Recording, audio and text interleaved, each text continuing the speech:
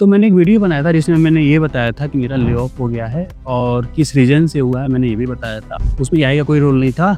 इस वीडियो में हम जानेंगे कि आफ्टर ले ऑफ मेरी जर्नी कैसी रही और उसके बाद मैंने कौन-कौन सी चीज़ें करी। वीडियो सभी के लिए इम्पोर्टेंट होने वाली है, तो वीडियो को लाइक करें, शेयर करें, सब्सक्राइब करें और वीडियो को स्टार्ट करते हैं। तो जो मेरी सिचुएशन थी उसमें ये था कि मुझे 6 महीने पहले से ही पता था, तो मैंने उस टाइम को प्रॉपर यूज़ किया और ये नए जॉब्स को अप्लाई करना स्टार्ट कर दिया। जॉब अप्लाई करने के लिए बहुत सारे प्लेटफॉर्म्स हैं, आप उनका यूज़ कर सकते हैं। कुछ एआई से रिलेटेड प्लेटफॉर्म्स भी हैं जिस पर मैंने ऑलरेडी वीडियो बना दिया है, वो भी आप चेक कर सकते हैं। बट कुछ ऐसे प्लेटफॉर्म थे जिनका यूज़ आपको ज़्यादा करना चाहिए। तो सबसे पहले लिंक्डइन, नो डाउट लिंक्डइन सबसे बेस्ट है।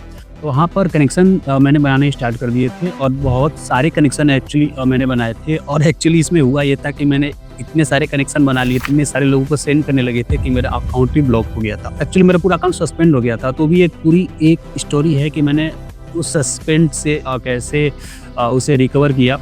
उसके बाद मैंने लिंक्डइन का प्रॉपर यूज़ किया। और एक्चुअली जो लिंक्डइन में सस्पेंड हुआ था उसके बहुत सारे रीज़न थे, बट उसमें एक रीज़न ये भी था कि मैंने बहुत सारे लोगों को मैसेजेस रिक्वेस्ट सेंड कर दी थी। उसमें एक्चुअली होता है कि आप एक दिन में 50 लोगों को सेंड कर पाते हैं और उसके बाद भी कुछ लिमिटेशंस होती है बहुत सारी, वो मैंने क्रॉस कर दिया था। और वहाँ पर मैंने एक्चुअली गलती करी थी जो एआई का यूज कर लिया था। बहुत सारे लोग बोलते हैं कि लिंक्डइन में एआई का यूज करो आप रिप्लाई करने के लिए, सारी चीज़ें करने के लिए। मैंने एक्चुअली वहाँ पर एआई का यूज किया था, जिसकी वजह से एक वो मेन रीज़न ये भी था कि मेरा अकाउंट सस्पेंड हुआ था। तो बहुत सारी चीज़ें हैं, ये सब चीज़ें में अलग से बात कर सकते हैं। तो नो डाउट मैंने पहले लिंक्डइन पर ही ट्राई किया था और एक्चुअली मुझे रिमोट जो भी चाहिए था उसके लिए मैंने बहुत सारी साइट्स को एनालाइज किया था और उनको अप्लाई करना स्टार्ट कर दिया था। बट जो मुझे सबसे ज़्यादा हेल्प हुई वो लिंक्डइन से हुई, ट्विटर से हुई। और क्योंकि वहाँ पर कुछ लोग ऐसे मिले, मेंटोर बोलो या कुछ भी बोलो, तो वो लोग ऐसे मिले जो प्रॉपर गाइड कर रहे थे आपको इस सिचुएशंस में। इस सिचुएशन में आपको एक प्रॉपर गाइड चाहिए होता है, मेंटोर चाहिए होता है। ऐसा नहीं है कि आप डायरेक्ट अप्लाई करने चले गए, तो इस सिचुएशन में आप मेंटली प्रिपेयर नहीं होते हो, जिसकी वजह से आपको एक पर्सन चाहिए होता है जिससे वो आपको गाइड कर पाए। तो वहाँ पर मुझे लिंक्डइन पे कुछ लोग मिल गए थे और ट्विटर पे कुछ लोग मिले थे, कुछ इंडिया से थे, कुछ बाहर से थे। तो ऐसे लोगों को मैं उनसे बात करने लगा, उनसे बहुत सारी चीज़ें मैंने जानी और सीखी और उन लोगों ने मुझे बहुत हेल्प करी इन सारी चीज़ों से बाहर निकलने के लिए। कुछ उसमें पेड भी थे, कुछ बोलते थे कि पैसे चाहिए, तो कुछ फ्री में भी थे। उस पर डिपेंड करता है। एक्चुअली प्रोफेशनल लोग थे तो उनमें मुझे कुछ खास फ़र्क नहीं पड़ा। बट ठीक है, तो ये चीज़ें थी लिंक्डइन और मेंटरशिप, ये 2 चीज़ें थी। और उसके बाद मैंने कुछ स्टार्टअप भी ट्राई किया बीच में, जो एक्चुअली फेल हो गए। उसमें से एक ही स्टार्टअप था जो थोड़ा-सा बेटर चला। सारे को तो डिस्कस नहीं कर सकते, बट उसमें से एक बता रहे जो फेल हुआ था।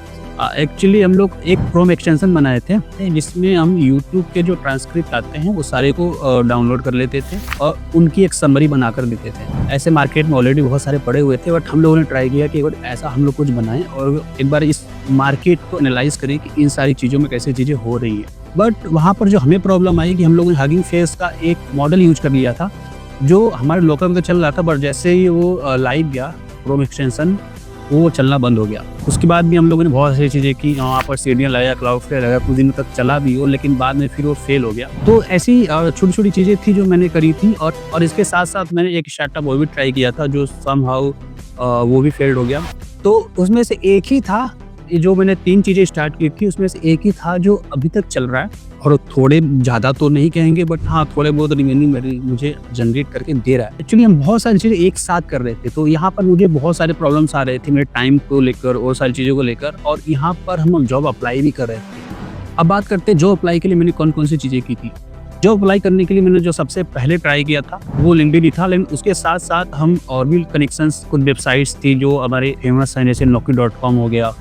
जॉब अप्लाई करने के लिए हम लिंक्डइन के अलावा और ईमेलिंग का भी ट्राई कर रहे थे। उसमें हम डेली ट्राई करते थे कि 5 से 6 ईमेल तो डेली सेंड कर पाएँ, क्योंकि इससे ज़्यादा अगर आप सेंड करते हैं कि टाइप के ईमेल्स, तो आपका जो भी अकाउंट है, चाहे जीमेल है या आउटलुक है, चाहे हॉटमेल है, कोई भी है, वो ब्लॉक करने लगता है आपको। फिर वो आपके ईमेल्स को स्पैम में डालने लगता है, बहुत सारी चीज़ें होने लगती हैं। तो हम ज़्यादा नहीं सेंड कर पाते थे, 5 से 6 ईमेल ही सेंड करते थे एक दिन में। और इन सब चीज़ों के साथ-साथ हम अपना स्टार्टअप भी ट्राई कर रहे थे कि समहाउ अगर कुछ लक मिल जाए। बट एट द एंड मुझे कॉल्स आने स्टार्ट हो गए। जो कोल्ड ईमेलिंग का जो फॉर्मेट होता है, स्टार्टिंग में आपको कॉल नहीं आते हैं। आप जो ये सारी चीज़ें ट्राई करते हो तो महीने भर के लिए तो भूल जाओ कि आपके पास कोई अच्छी कंपनी के कॉल्स या ईमेल्स कुछ भी आएंगे। बट इन सब चीज़ों के अलावा मेरे स्टार्टअप और जॉब अप्लाई के अलावा आपका रिज्यूमे बहुत इंपॉर्टेंट है, क्योंकि मैंने स्टार्टअप और जॉब अप्लाई के अलावा एक जो सबसे ज़्यादा इम्पोर्टेंट है, जो मैंने की थी, वो था रिज्यूमे बनाना। रिज्यूमे बनाने के लिए आप नॉर्मल रिज्यूमे का यूज़ नहीं कर सकते अभी के टाइम पर। आपका रिज्यूमे एटीएस फ्रेंडली होना चाहिए। ये हम अपनी वीडियो में बार-बार बोल रहे हैं कि आपका रिज्यूमे एटीएस फ्रेंडली होना चाहिए। अब एटीएस फ्रेंडली का मतलब है कि बहुत सारी वेबसाइट्स हैं जो एटीएस फ्रेंडली दे रही हैं। तो मैंने जो सबसे पहले अपना टाइम स्पेंड किया था, जो इन सारी चीज़ों से अलावा, स्टार्टअप और जॉब अप्लाई के अलावा, वो था रिज्यूमे बिल्डिंग। मुझे अराउंड 2 हफ्ते लग गए थे अपना प्रॉपर एक रिज्यूमे बनाने के लिए। अभी भी हम उसको डेली, अब तो डेली तो नहीं, बट आई वुड से कि वीक में एक बार उसको देखते हैं, उसकी चीज़ें चेक करते हैं कि उसमें और क्या मॉडिफाई कर सकते हैं। और एटीएस फ्रेंडली बनाने के लिए बहुत सारी चीज़ों का उसमें गाइडलाइंस होता है कि आपके रिज्यूमे में नंबर ज़्यादा होना चाहिए, मैनेजर वर्ड, लीड वर्ड, आपने किसी चीज़ को लीड किया, इस टाइप की चीज़ें होती हैं, तो आपके एटीएस का स्कोर अच्छा होता है। अगर आप उसमें नंबर बताते हैं तब भी आपका एटीएस स्कोर अच्छा होता है। जैसे कि आपने बोला कि हमने इस वेबसाइट का रिवेन्यू 10% इंक्रीज कर दिया, बट नो डाउट जब इंटरव्यू में जब जाएंगे आप, तो लोग आपसे पूछ सकते हैं कि 10% इंक्रीज किया तो कैसे किया, तो उसका भी आंसर आपको अपने पास रखना पड़ेगा। तो ये जो सबसे पहले था, मैंने रिज्यूमे किया था। उसके बाद मैंने स्टार्टअप पे भी फोकस किया था, और इन सब चीज़ों से मुझे बहुत ज़्यादा हेल्प हुई। सो आई वुड से कि अगर आप जॉब देख रहे हो, सबसे पहले अपने रिज्यूमे पे फोकस करो। आपका रिज्यूमे सबसे ज़्यादा इंपॉर्टेंट है, क्योंकि जो पर्सन आपको जॉब देगा, सबसे पहले आपके ना आपको फेस को देखेगा, ना कुछ देखेगा, सबसे पहले आपके रिज्यूमे को देखेगा। तो आपका रिज्यूमे एकदम प्रॉपर होना चाहिए। उसमें आप कलर मत डालो। आप, बहुत सारे लोग बोलते हैं कि उसमें कलर डाल दो, ये डाल दो, फॉन्ट अच्छा करो, ये सब, उन सब चीज़ों से कोई फर्क नहीं पड़ता। आप जिस रोल्स के लिए अप्लाई कर रहे हो, उस रोल से रिलेटेड कीवर्ड्स आपके रिज्यूमे में होना चाहिए।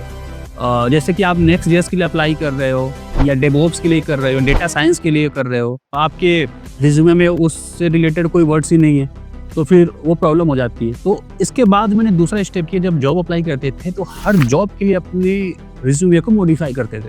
अब इसका बेनिफिट क्या है, जैसे कि मैंने अभी बताया कि आपके रिज्यूमे में जिस जॉब रोल के लिए आप अप्लाई कर रहे हो, उससे रिलेटेड कीवर्ड्स या कोई काम आपके रिज्यूमे में होना चाहिए। अब मेरा एक्सपीरियंस काफ़ी ज़्यादा है, एक्चुअली अराउंड 10 ईयर्स, 9 से 10 साल का एक्सपीरियंस है। इसमें मैंने बहुत सारी चीज़ों पे काम किया है। तो अब 2 पेज के रिज्यूमे में इतनी सारी चीज़ें नहीं डाल सकते हैं। तो लेट्स सपोज अगर हम फुल स्टैक के लिए अप्लाई कर रहे हैं, तो फुल स्टैक से रिलेटेड ही प्रोजेक्ट्स उसमें डालते थे। अगर हम उसमें डेटा साइंस के लिए अप्लाई कर रहे हैं, तो वहाँ पर हम डेटा साइंस रिलेटेड प्रोजेक्ट्स को ऐड करते थे। तो इस टाइप की चीज़ें होती थी। आपका रिज्यूमे हर जॉब रोल्स के लिए मॉडिफाई करना पड़ेगा, अदरवाइज ये इसमें बहुत सारी चीज़ें होती हैं कि लोग कुछ अपने टॉप प्रोजेक्ट्स को ऐड कर देते हैं, और उस प्रोजेक्ट्स में ऐसा होता है कि जॉब अप्लाई कर रहे हैं डेटा साइंस के लिए और सारे प्रोजेक्ट्स फुल स्टैक के हैं, तो वहाँ से कॉल्स कहाँ से आएगी, फिर वो नहीं आएगी कॉल आपके पास। फिर इस टाइप की गलती ना करें, आप उसमें बेटर रिज्यूमे बनाएं। आपको जो सबसे ज़्यादा टाइम देना है आपको रिज्यूमे बनाने में। जो इसके बाद नेक्स्ट स्टेप था मेरा कि फॉलोअप लेना। हर ईमेल का फॉलोअप आपको 2 दिन से 3 दिन में लेना पड़ेगा। डिपेंड करता है कि अगर आप चाहते हैं तो 1 दिन में ही फॉलोअप ले लें या 2 दिन में ही ले लें, वो डिपेंड करता है, बट आपको फॉलोअप लेना पड़ेगा। आपको उस पर्सन को ये बताना पड़ेगा कि मुझे जॉब चाहिए, मुझे नीड है जॉब की। अदरवाइज आपने सेंड कर दिया और फिर गायब हो गया, तो फिर वो क्या ही मतलब है। वो भी आपको रिप्लाई नहीं करेगा, क्योंकि उसे भी पता है कि यार बंदे को नीड ही नहीं है। तो इस टाइप की चीज़ें होती हैं। अभी आज का जॉब मार्केट थोड़ा सा चेंज हो गया है, जो पहले 2020 में था उससे थोड़ा सा बहुत ही ज़्यादा चेंज हो गया। तो आपको यहाँ पर सामने से आकर फॉलोअप लेना पड़ेगा। वो मैंने एक्चुअली किया, फॉलोअप लिया, और उसका बेनिफिट भी मुझे मिला था। इस चीज़ों के अलावा भी मैंने बहुत सारी चीज़ें की थी जो इस छोटे से वीडियो में नहीं बता सकते हम, बट आई वुड से कि अगर आपको पूरा इन डिटेल वीडियो चाहिए तो आप मुझे बता सकते हैं। हम आपके लिए ट्राई करेंगे कि आपको ज़्यादा से ज़्यादा हेल्प कर पाएँ। इस वीडियो में इतना ही, मिलते हैं फिर नेक्स्ट वीडियो में।